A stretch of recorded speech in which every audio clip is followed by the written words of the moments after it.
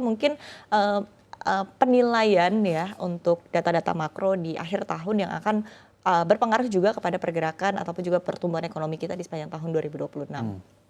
Kalau misalnya kita lihat sebenarnya dari China sendiri itu lagi mungkin udah lumayan sedikit pulih, cuman belum sampai pulih-pulih banget. Kita perlu nunggu nanti kira-kira ke depan dia punya GDP kuartal-kuartalnya itu bisa naik berapa persen. Itu pertama sih. Sama kita perlu ngeliat bahwa terutama di Amerika, karena di Amerika itu likuiditas itu sangat-sangat berpengaruh gitu. Jadi kita punya indeks segala macam itu sangat berpengaruh terhadap Amerika. Bahkan MSCI sendiri itu kan juga base-nya di Amerika gitu. Amerika ini saat ini lagi di posisi yang agak membingungkan kalau The Fed. Walaupun sebenarnya sekarang indeks itu udah lumayan cukup tinggi. Tapi kan dia punya unemployment rate itu nggak turun-turun gitu. Jadi dia masih tetap unemployment rate masih cukup tinggi dan akhirnya nggak buat The Fed kemarin juga inflasi akhirnya turun juga di angka 2,6-an.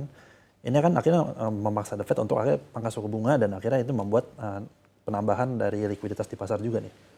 Nah, tapi kita perlu lihat lagi ke depannya seperti apa, karena kalau misalkan dengan sekarang nih indeks itu udah all time high, terus juga produktivitas segala macam itu nggak sesuai sama, maksudnya udah sesuai karena ada AI segala macam ini, kira-kira unemployment rate ini bisa benar-benar kekontrol atau enggak? Karena kalau misalnya unemployment rate nggak kekontrol, ini kan juga nanti menjadi PR gitu. Jadi akhirnya maka suku bunga sampai akhir nanti inflasi lagi gitu, jadi sama aja bohong kan ujung-ujungnya.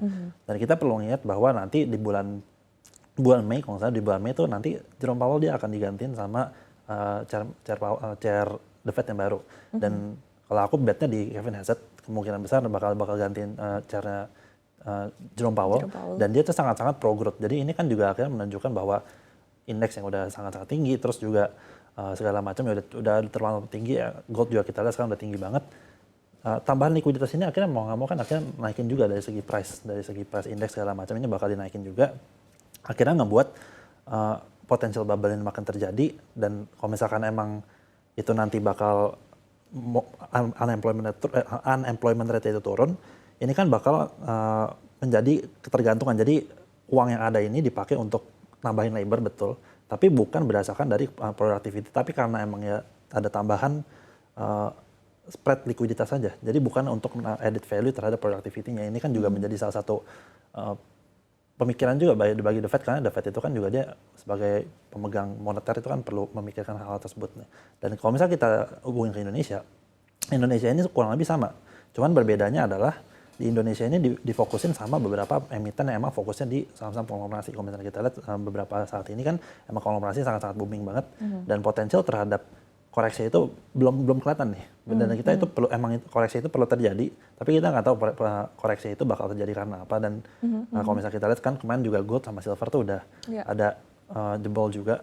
Itu menjadi sebenarnya kalau misalnya aku ada riset sendiri segala macam, dan juga ada beberapa teman aku, itu tuh ada potensial di mana salah satu bank di Amerika terutama dia punya aset tuh ratusan billion US dollar, itu mereka punya derivatif short dari perak.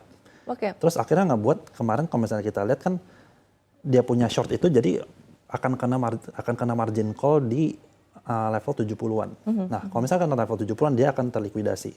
Nah, kemarin tuh bahkan kalau bisa kita lihat ya, kemarin tuh ada pembuatan kebijakan baru di mana kemarin itu orang kalau misalnya mau pakai derivatif di perak atau gold segala macam itu sama Amerika diminta untuk naikin mereka punya likuiditasnya. Nah, akhirnya kemarin tuh harga perak kan sampai turun sampai 10%-an. Itu tujuannya adalah untuk ini berpotensi ya, dan ini belum confirm juga, ini berpotensi terhadap, karena kalau misalkan satu bank itu benar-benar kolaps itu bakal meningkatin systematic problem bagi ekonomi di Amerika. Ini menjadi salah satu indikator juga, dan ini kemarin aku coba udah cross-check kayak masuk benar, karena kalau misalnya kita lihat di website The Fed itu dia punya overnight repo-nya itu emang benar ada, dan itu sesuai dengan apa yang kemarin aku coba cek, dan itu kan menjadi salah satu kata juga bahwa di Amerika tuh ada bank yang lagi bermasalah gitu, dan ini menjadi salah satu kita nggak tahu mungkin ke depannya gimana, karena kemarin juga sebenarnya udah sukses juga dijebolin itu market silvernya harganya sampai turun, itu bisa menjadi salah satu indikator juga, tapi kita perlu lihat sih ke depannya kurang lebih seperti apa, karena banyak hal yang perlu kita lihat lagi ke depan. Makro nggak ada yang tahu, tiba-tiba kayak kemarin tahun 2023 2022 tiba-tiba muncul dikit kebuka tuh Silicon Valley, terus Ya. Credit Suisse kebuka bisa aja nggak, kan kita benar-benar nggak tahu, tapi itu perlu menjadi catatan penting aja sih.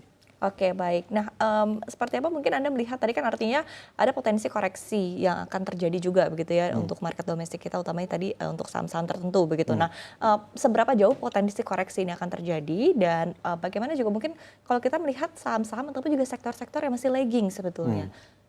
Kalau misalnya kita lihat sebenarnya kemarin kan emang karena saham-saham konglomerasi aja, dan kita lihat bahwa yang lagging tuh masih perbankan tuh masih lagging parah, tapi kita perlu lihat lagi bahwa investor luar negeri itu kan sangat-sangat condong ke saham-saham perbankan. Walaupun dengan yield 9-10%, tapi mereka tuh pintar gitu. Mereka tuh ngelihat bahwa mungkin mereka punya pandangan, dan itu kan pandangan kumulatif karena kita lihat sebenarnya outflow-nya juga lumayan banyak.